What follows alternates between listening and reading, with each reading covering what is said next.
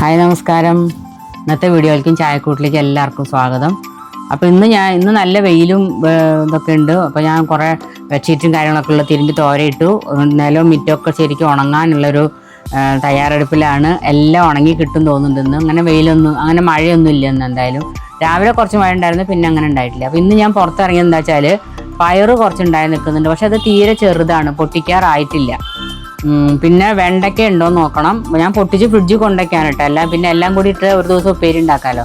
പിന്നെ കുറച്ച് കാര്യം എന്താ വെച്ചാൽ കുറച്ച് ചീര പൊട്ടിക്കാണ്ട്. ഇപ്പം ഇന്നാൾ ഞാനൊരു ചീരയുടെ പൊട്ടിച്ചിട്ട് തോരൻ കാണിച്ചില്ല. അപ്പം അത് ഇന്ന് കുറച്ചും കൂടി പൊട്ടിക്കാനുണ്ട്. അപ്പം ഒന്ന് ഉച്ചക്കത്തേക്ക് തോരനാക്കണം.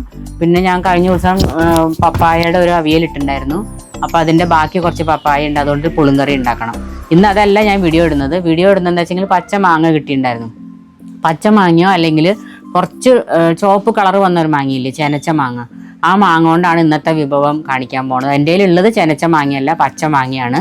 അപ്പം ഞാൻ കുറച്ച് മധുരം കൂടി ചേർത്തിട്ടാണ്, അച്ചാറല്ല, ഒരു മസാല പോലെ ഉച്ചയ്ക്ക് നമുക്കൊരു അച്ചാർ പോലെയൊക്കെ തൊട്ട് കൂട്ടി കഴിക്കാവുന്ന ഒരു സാധനം. ഇൻസ്റ്റൻ്റ് ആണ്, അധികം എടുത്ത് വെക്കാനൊന്നും പറ്റില്ല. ഫ്രിഡ്ജിൽ വെച്ച് നാളെയും കൂടി വേണമെങ്കിൽ എടുക്കാം.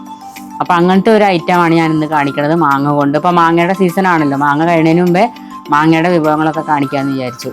അപ്പോൾ എല്ലാവരും അതിൻ്റെ ഞാൻ ഉണ്ടാക്കുന്ന ആ കറി അതുപോലെ ഉണ്ടാക്കി നോക്കിയിട്ട് അഭിപ്രായങ്ങളൊക്കെ പറയുക. ഇനി സബ്സ്ക്രൈബ് ചെയ്യാത്തവരൊന്ന് സബ്സ്ക്രൈബ് ചെയ്യുക.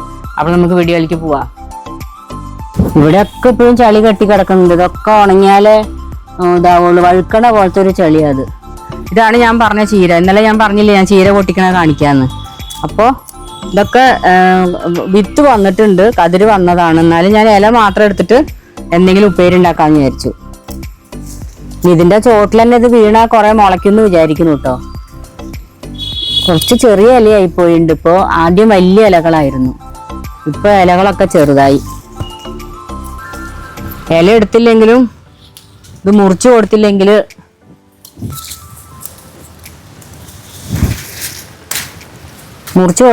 പിന്നെ ഇതിങ്ങനെ മൂത്ത് പിന്നെ ഉണ്ടാവാണ്ടാവും.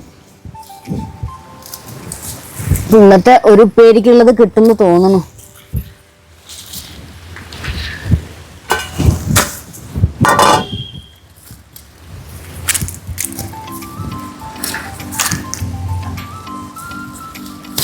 ചീരപ്പേരി എല്ലാവർക്കും ഇഷ്ടമല്ലേ. സ്ഥലമുള്ള ഓരോ ചട്ടിയിലൊക്കെ വെക്കുന്നുണ്ട് ചിലർ കേട്ടോ. ചിലത് കേടുമുണ്ട്. തണ്ടെടുക്കാൻ പറ്റില്ല, അതാണ്. ചീരയുടെ തണ്ടും ഇലയും കൂടിയിട്ട് അവിയൽ വെക്കാം. പക്ഷെ ഇത് കുറച്ച് മൂത്ത തണ്ടായി, ഇതുകൊണ്ട് ഉണ്ടാക്കാൻ പറ്റില്ല. ഞാൻ വേറെ ഇനി പുതിയ ചീര മുളയ്ക്കുമ്പോൾ ഞാൻ കാണിച്ചു തരാം കേട്ടോ. ഇതിൻ്റെ ഹൈലൈറ്റ് എന്താണെന്ന് വിചാരിച്ചാൽ വിഷം ഇതൊന്നും അടിക്കാതെ തന്നെ മുളച്ചിട്ടുണ്ട്. ഞാൻ മണ്ണും കുറച്ച് ചാണകപ്പൊടി മാത്രമേ ഇട്ട് കൊടുത്തിട്ടുള്ളൂ. ഞാൻ മുഴുവൻ പൊട്ടിക്കണില്ല. എനിക്ക് ഇന്നത്തേക്ക് ആവശ്യമുള്ളത് മാത്രമേ ഞാൻ പൊട്ടിക്കുന്നുള്ളൂ. നല്ല ഇല കേട്ടോ, കേടൊന്നുമില്ല. അങ്ങനെ 1-2 ഇലയ്ക്ക് കേടുണ്ടെങ്കിലേ ഉള്ളൂ, ബാക്കിയൊക്കെ നല്ല ഇലയാണ്. ഇത്രേ ഞാൻ പൊട്ടിക്കുന്നുള്ളൂ. ഇന്നത്തെ ഉപ്പേരിക്കും ഒരു പുളിങ്കറിക്കും കൂടിയുള്ള ഒക്കെ റെഡിയാക്കിയിട്ടുണ്ട്. അപ്പോൾ നമ്മുടെ മാങ്ങയുടെ കറി ഉണ്ടാക്കാനായിട്ട് ഒരു പാൻ അടുപ്പത്ത് വെച്ചിട്ടുണ്ട്.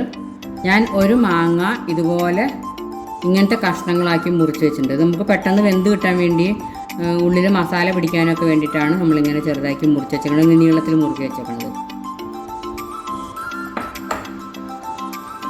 ഇപ്പോൾ പാൻ ചൂടായിട്ടുണ്ട്, നമുക്ക് കുറച്ച് വെളിച്ചെണ്ണ ഒഴിച്ചു കൊടുക്കാം.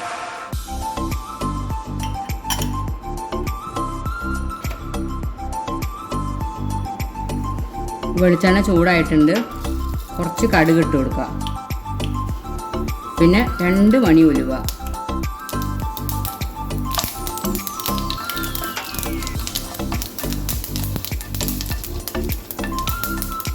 നമുക്ക് തീയൊന്ന് ഓഫ് ചെയ്യാം. എന്നിട്ട് നമുക്ക് പൊടികളാണ് ചേർത്ത് കൊടുക്കേണ്ടത്.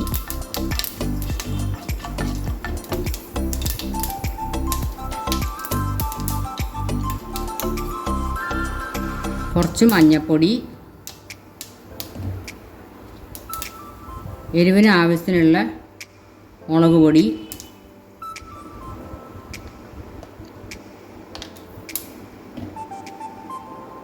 പിന്നെ കുറച്ച് മല്ലിപ്പൊടി,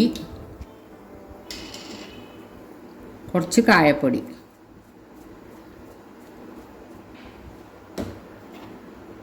ഇനി നമുക്ക് അടുപ്പ് കത്തിച്ച് കൊടുക്കാം. എന്നാലും സിമ്മിലേ വെക്കാവൂ. ഈ പൊടികളൊക്കെ ഒന്ന് ഫ്രൈ ആവാനേ പാടുള്ളൂ, കരിയാൻ പാടില്ല. കുറച്ച് വെള്ളവും നമ്മൾ അടുത്ത് തന്നെ എടുത്ത് വെച്ചേക്കണം. ഇതൊന്ന് ഫ്രൈ ആയി മണം വരുമ്പോൾ നമുക്ക് വെള്ളം ഒഴിച്ച് കൊടുക്കണം.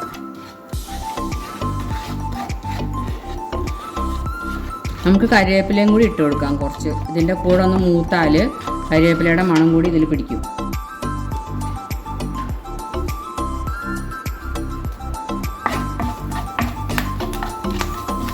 അപ്പോൾ മസാലയൊക്കെ മൂത്തിട്ടുണ്ട്. നമുക്ക് കുറച്ച് വെള്ളം ഒഴിച്ച് കൊടുക്കാം.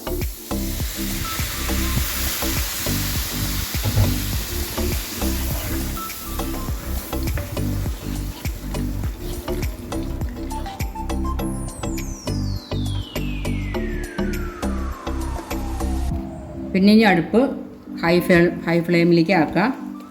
പിന്നെ നമുക്ക് ഈ മാങ്ങയ്ക്ക് ആവശ്യമുള്ള ഉപ്പ് ഇട്ട് കൊടുക്കാം. പിന്നെ ഞാൻ കുറച്ച് ശർക്കര പൊടിയാണ് ഇട്ട് കൊടുക്കുന്നത്. ഇത് പച്ച മാങ്ങ ആയതുകൊണ്ടാണ്. ചെനച്ച മാങ്ങയാണെങ്കിൽ ചിലപ്പോൾ ശർക്കര പൊടിയുടെ ആവശ്യം വരില്ല. നിങ്ങൾക്ക് മധുരം ആവശ്യമില്ലെങ്കിൽ ശർക്കര പൊടി ചേർക്കുകയും വേണ്ട. വെല്ലമാണെങ്കിൽ ഒന്ന് പൊടിച്ചിട്ട് ഒന്ന് കുത്തി പൊട്ടിച്ച് ചെറിയ കഷ്ണങ്ങളാക്കിയിട്ട് ഇതിലേക്ക് ഇട്ട് കൊടുക്കുക. എന്നല്ലെങ്കിൽ അത് അലിഞ്ഞ് കിട്ടില്ല പെട്ടെന്ന്. കുറച്ച് മധുരവും എരിവും പുളിയും ഉപ്പും ഒക്കെ ഉള്ളൊരു കറിയാണിത്.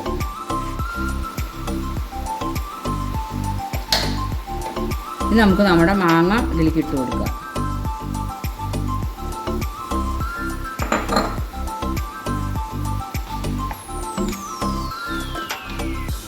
മാങ്ങയിലെ മസാലയൊക്കെ നല്ലോണം പിടിക്കണ പോലെ ഇളക്കി കൊടുക്കുക. ഉപ്പ് മതിയോ നോക്കട്ടെ കേട്ടോ. മതിയാവും. മാങ്ങയിലും കൂടെ പിടിച്ച് കഴിയുമ്പോൾ പാകാവും. ഈ മാങ്ങയുടെ പുളി ഗ്രേവിയിലേക്ക് ഇറങ്ങണം. നമുക്കൊന്ന് അടച്ച് വെച്ച് കൊടുക്കാം കേട്ടോ. ഈ മാങ്ങ ഒന്ന് വെന്തിട്ട് വെള്ളം ഒന്ന് വറ്റി കുഴമ്പ് പരുവത്തിലാവണം. മാങ്ങയിൽ നമ്മളെ മസാല പെരണ്ടിരിക്കുന്ന പോലത്തെ ഒരു ഗ്രേവി ഇതിന് പാടുള്ളൂ. അധികം വെള്ളം പാടില്ല. അച്ചാറ് പോലെ നമുക്ക് സൈഡിൽ കൂട്ടി കഴിക്കാനുള്ളതാണ്. നമുക്കിതൊന്ന് തുറന്ന് നോക്കാം.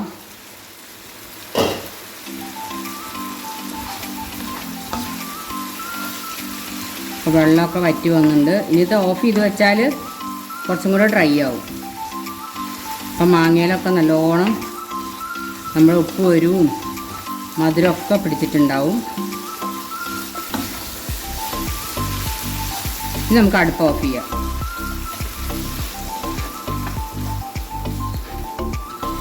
ഇനി നമുക്ക് വിളമ്പണ ഒരു പാത്രത്തിലേക്ക് മാറ്റാം.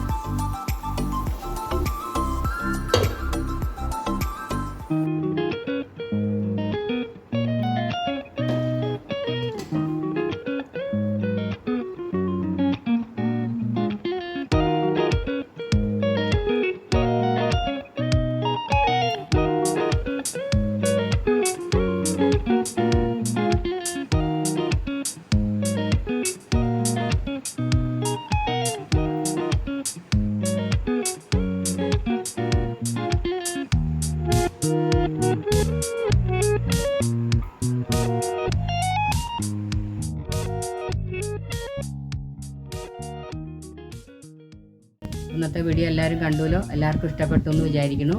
ഇഷ്ടപ്പെട്ടാലും ഇല്ലെങ്കിലും കമൻസ് ആയിട്ട് എന്നോട് അഭിപ്രായങ്ങളൊക്കെ പറയുക. ഇനി വേറെ വീഡിയോ ആയിട്ട് വരണ വരെ ബൈ.